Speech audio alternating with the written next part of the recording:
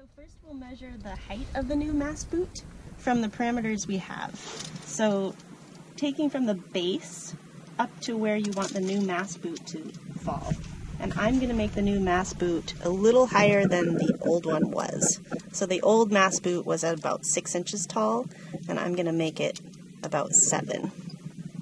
And from there, we'll take our circumference at the top of the mast, so you need to have a soft tape, and take your circumference at where that 7 inches hit, roughly about there.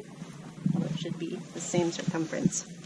And that is 30.5 inches. And then we'll take the circumference at the mast base.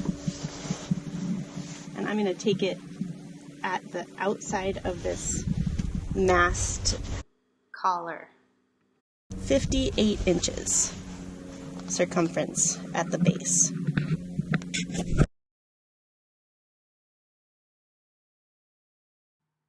Here are some of the sail-making and reading tools you'll need. However, if you don't have a marlin spike, you can use a screwdriver.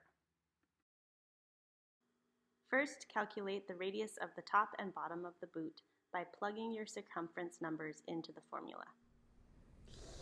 Next, draw a center line down the yard of canvas. Leave 1 inch of seam allowance at the bottom. Mark the height of the boot by making a mark at the top and bottom of the center line. Place a square along the center line, and at the top height mark, mark the top radius, and at the bottom height mark, mark the bottom radius. Place a straight edge to trisect these two radii and the center line. Put a pin where the straight edge bisects the center line, tie a knot in the end of a string, and loop the string over the pin. Holding a pencil tight to the string at the top center line height mark, swing and arc. Do the same at the bottom center line height mark.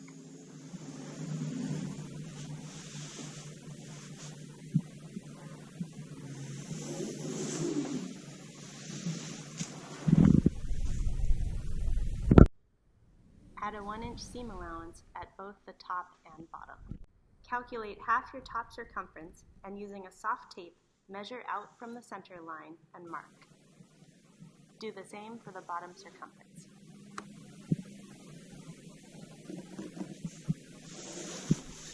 Take a straight edge and draw a line bisecting these two circumference marks on both halves of the center line.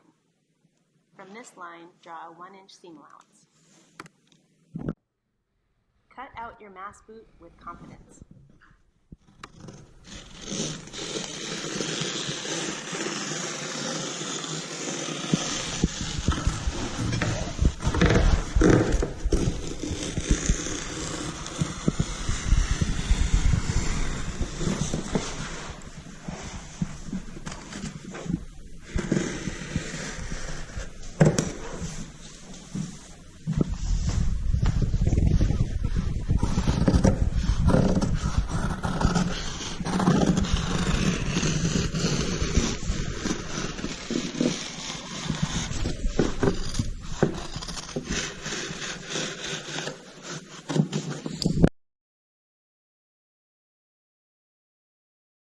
With the mast boot inside out and upside down, the seam, it goes along the aft side of the mast to make it more waterproof.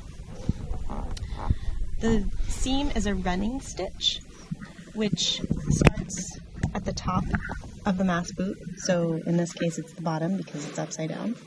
And the running stitch is about 1/2 inch per stitch long.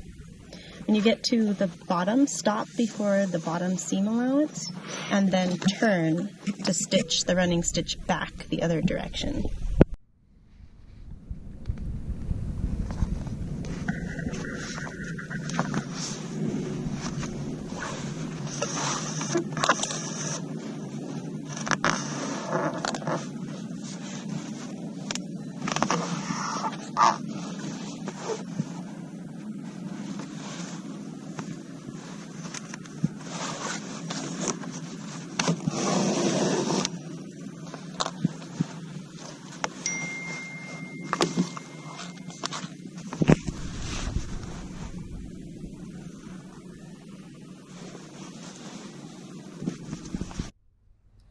Before you lash the mast boot on, you want to put a layer of friction tape between the mast and the canvas.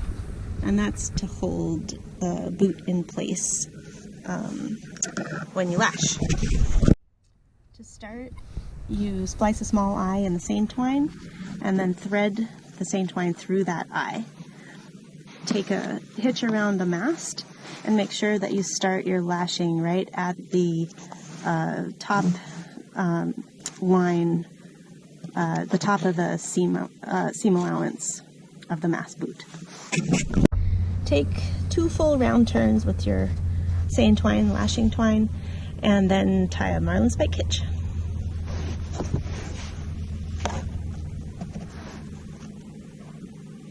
And use that to tension the 2 round turns.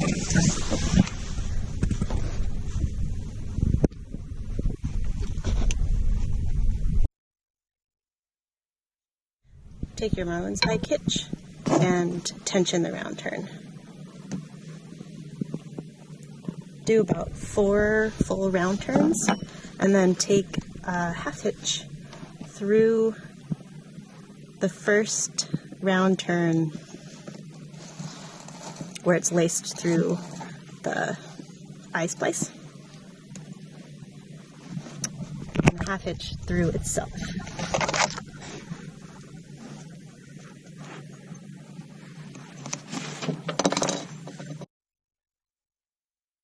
With a couple of half hitches and a little overhand stopper knot.